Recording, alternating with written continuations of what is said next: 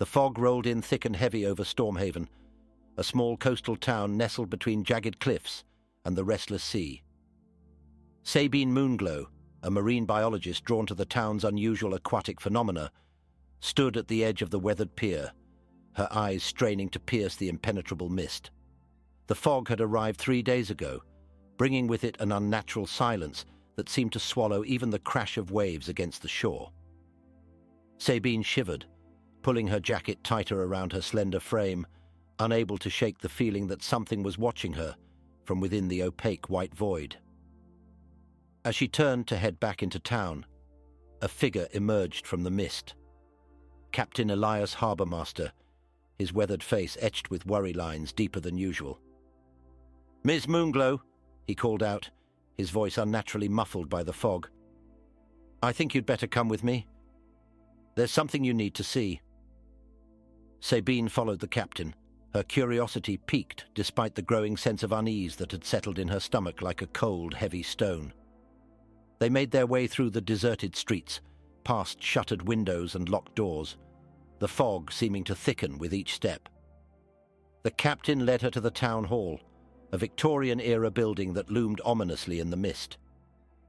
Inside, Sabine found a gathering of key town figures: Dr. Amelia Vex, the cryptozoologist whose research had initially drawn Sabine to Stormhaven; Constable Finn O'Malley, his usually ruddy face pale with concern; and Old Man Jeremiah, muttering incomprehensibly in the corner. The atmosphere was thick with tension, and Sabine could feel the weight of unspoken fears pressing down on the room. "It's happening again," Dr. Vex said without preamble, her eyes wild behind her thick-rimmed glasses.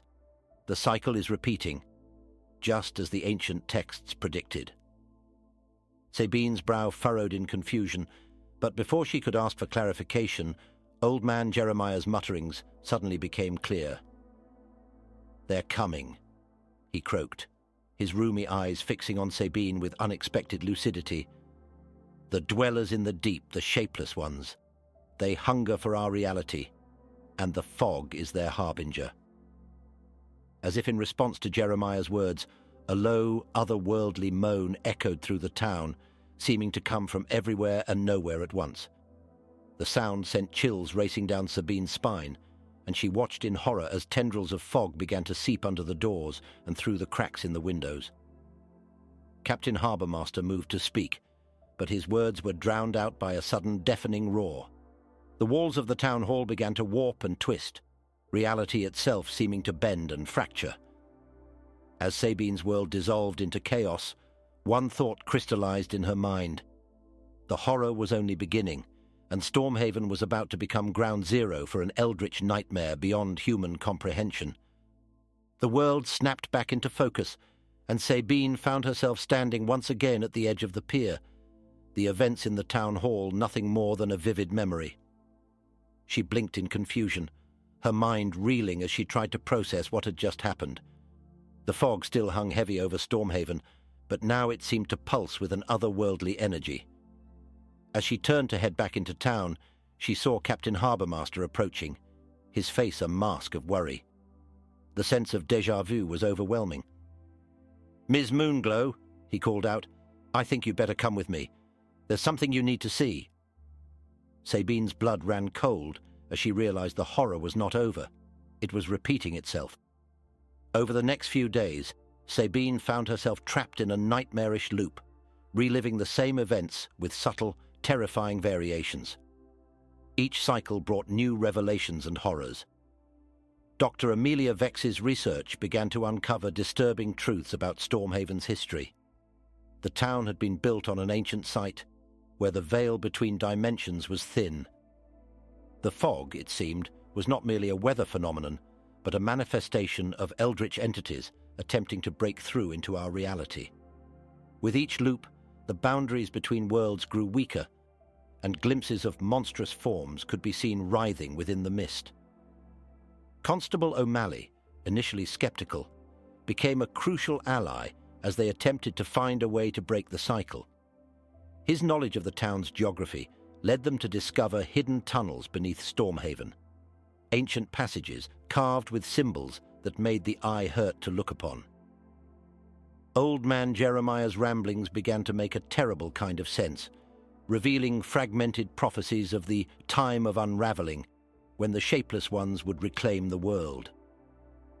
Sabine's scientific mind struggled to reconcile the impossible things she was experiencing, but with each loop, her understanding of the true nature of reality was irrevocably altered. As the cycles progressed, the town began to change in subtle ways. Buildings shifted locations, streets led to impossible places, and residents started to exhibit strange behaviors. Madame Raven, the enigmatic owner of the local curiosity shop, emerged as a key figure in unraveling the mystery. Her shop seemed to exist outside the normal flow of time, filled with artifacts that hinted at other worlds and dimensions. With each loop, Sabine and her allies gathered more pieces of the puzzle, but the complete picture remained frustratingly out of reach. The pressure of retaining knowledge across time loops began to take its toll on Sabine's sanity. In one particularly harrowing cycle, Sabine ventured too close to the shore during low tide. The fog parted momentarily, revealing a vast alien cityscape beneath the waves, cyclopean structures of non-Euclidean geometry that hurt the mind to comprehend. Massive tentacles writhed between the buildings, and for a split second, Sabine locked eyes with something vast and incomprehensible that lurked in the depths. She awoke screaming at the start of the next loop, the image seared into her mind. As the boundaries between realities continued to erode, Sabine and her companions realized they were in a race against time. They had to find a way to close the dimensional rift and break the time loop, or risk being trapped in an eternal nightmare as their world was consumed by entities beyond human understanding. As the time loops continued their relentless cycle, Sabine and her allies raced against the eroding fabric of reality. The fog had thickened to an almost solid mass, occasionally parting to reveal glimpses of cosmic horrors that lurked just beyond the veil. In Madame Raven's shop, now a nexus of temporal anomalies, they pored over Eldritch tomes and impossible artifacts. Dr. Vex's eyes were wild with a mixture of terror and excitement as she deciphered ancient glyphs that spoke of a ritual to seal the breach between worlds. But the price was steep. The ritual required a sacrifice, a soul to act as an anchor between realities. The town of Stormhaven had become a nightmarish amalgamation of past, present, and impossible futures. Buildings phased in and out of existence, streets led to different time periods, and residents found themselves merging with their past and future selves. Constable O'Malley, his sanity fraying at the edges, coordinated a desperate effort to maintain some semblance of order. But it was a losing battle against the encroaching chaos. Old man Jeremiah, now seeming more ancient and ethereal with each passing loop, spoke in tongues that resonated with the very fabric of space-time, his words causing ripples of distortion in the air around him. In the heart of the maelstrom, Sabine made a terrifying discovery. The Eldritch entities weren't simply invading their world, they were unraveling time itself, feeding on the potential energies of countless possible futures. Each loop wasn't a repetition, but a new branch of reality being devoured. The true horror of their situation became clear. They weren't just fighting to save Stormhaven, or even their world, but the very concept of linear time and causality. The weight of this knowledge threatened to crush Sabine's last vestiges of sanity, but she clung to her resolve, knowing that she alone might hold the key to salvation. As the next loop began, Sabine and her companions enacted their desperate plan. Captain Harbourmaster led them to an ancient lighthouse on the outskirts of town, its architecture more akin to a temple than a maritime beacon. As they ascended the twisting stairs, reality itself seemed to warp and bend around them. At the top, they found a chamber that existed in multiple dimensions simultaneously, its walls lined with mirrors that reflected not their own faces, but the writhing forms of the eldritch horrors beyond. Dr. Vex began the ritual, her voice rising in an otherworldly chant that caused the air to vibrate with power. But as the ritual reached its crescendo, disaster struck. A massive tentacle, large enough to dwarf the lighthouse, erupted from the fog and shattered the chamber's roof. Time fractured, and Sabine watched in horror as her companions were frozen in various states of terror and dissolution. In that moment of cosmic crisis, she understood what needed to be done. With a final look at the time-locked forms of her friends, Sabine stepped into the center of the chamber. She opened her mind and soul to the swirling chaos, offering herself as the anchor between worlds. As her consciousness expanded to encompass the multitude of timelines, she felt her physical form begin to unravel. The lighthouse exploded in a burst of eldritch energy, and for a moment that stretched into eternity, Sabine Moonglow became one with the very fabric of reality. In the aftermath of Sabine's sacrifice, Stormhaven shuddered and groaned, as if the very foundations of reality were being reset. The fog began to recede, revealing a town forever changed by its brush with cosmic horrors. The time loop had been broken, but at a terrible cost. Dr. Amelia Vex found herself standing once again in the town hall, the events of countless loops compressed into a single, overwhelming memory. She looked around at the others, Captain Harbourmaster, Constable O'Malley, Old Man Jeremiah, and saw in their eyes the same haunted recognition. They remembered everything, but Sabine Moonglow was gone, her existence seemingly erased from the timeline. As the town slowly emerged from its temporal nightmare, the survivors grappled with the consequences of their ordeal. Buildings throughout Stormhaven bore the scars of their dimensional shifting, with impossible angles and spaces that defied Euclidean geometry. Residents who had been caught in the time distortions found themselves changed, some aging decades in what felt like moments, others reverting to younger versions of themselves. Constable O'Malley took on the grim task of accounting for the missing and the changed, his notebook filled with entries that read like a catalogue of cosmic horrors. Captain Harbourmaster led efforts to rebuild and fortify the town against any future incursions. The ancient tunnels beneath Stormhaven were sealed with eldritch sigils, and a new lighthouse was constructed on the ruins of the old, designed to serve as a ward against dimensional breaches. But even as life in Stormhaven began to assume a new normal, there were constant reminders of the town's brush with the unknown. Strange phenomena persisted, objects disappearing and reappearing, momentary glimpses of other realities in reflective surfaces, and an ever-present sense that the veil between worlds remained thin. Madame Raven's curiosity shop became a focal point for those seeking answers. The enigmatic proprietor seemed to have been changed by the events, her knowledge of the occult and the cosmic vastly expanded. She spoke of Sabine not as someone lost, but as a being ascended, her consciousness woven into the very fabric of space-time. Dr. Vex threw herself into studying the artifacts and knowledge left behind, driven by a mix of scientific curiosity and a desperate hope of finding a way to bring Sabine back. Her research led her to believe that Sabine's sacrifice had not just saved Stormhaven, but had fundamentally altered the nature of reality itself, creating new safeguards against eldritch incursions. As weeks turned into months, the people of Stormhaven learned to live with their new reality. The fog, once a harbinger of cosmic doom, now served as a comforting blanket, hiding the town from the outside world and perhaps shielding it from further otherworldly attention.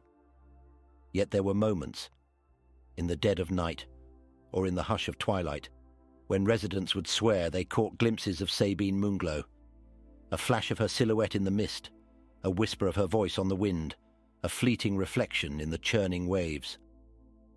These sightings brought both comfort and unease, a reminder that their protector was out there, watching over them from beyond the veil of conventional reality. A year had passed since the fateful day when Sabine Moonglow sacrificed herself to save Stormhaven and, unknowingly, the fabric of reality itself. The town had settled into a new rhythm, forever changed, but slowly healing. On the anniversary of the event, the residents gathered in the town square, now dominated by a statue of Sabine, her form depicted as partially dissolving into streams of cosmic energy. Dr. Amelia Vex stood before the assembled crowd, her once wild eyes now holding a deep, otherworldly wisdom. She spoke of Sabine's bravery, of the unseen battles still being fought on planes of existence beyond human comprehension, and of the responsibility they all shared as guardians of this thin place between worlds. As life in Stormhaven continued, subtle reminders of their ordeal persisted. The fog, now a common occurrence, occasionally shimmered with bioluminescent patterns that Dr. Vex theorized were messages from Sabine, or echoes of her consciousness rippling through reality. The townsfolk had developed a sort of sixth sense, an ability to feel when the veil between worlds grew thin. They would gather in the town hall or Madame Raven's shop during these times, finding comfort in community and the shared understanding of their unique place in the cosmos. Constable O'Malley, his hair now streaked with white, had become the unofficial keeper of Stormhaven's secret history, documenting their ongoing experiences for future generations. Captain Harbourmaster, aged beyond his years but resolute, continued to guide ships safely into port, though few outsiders ventured to Stormhaven these days.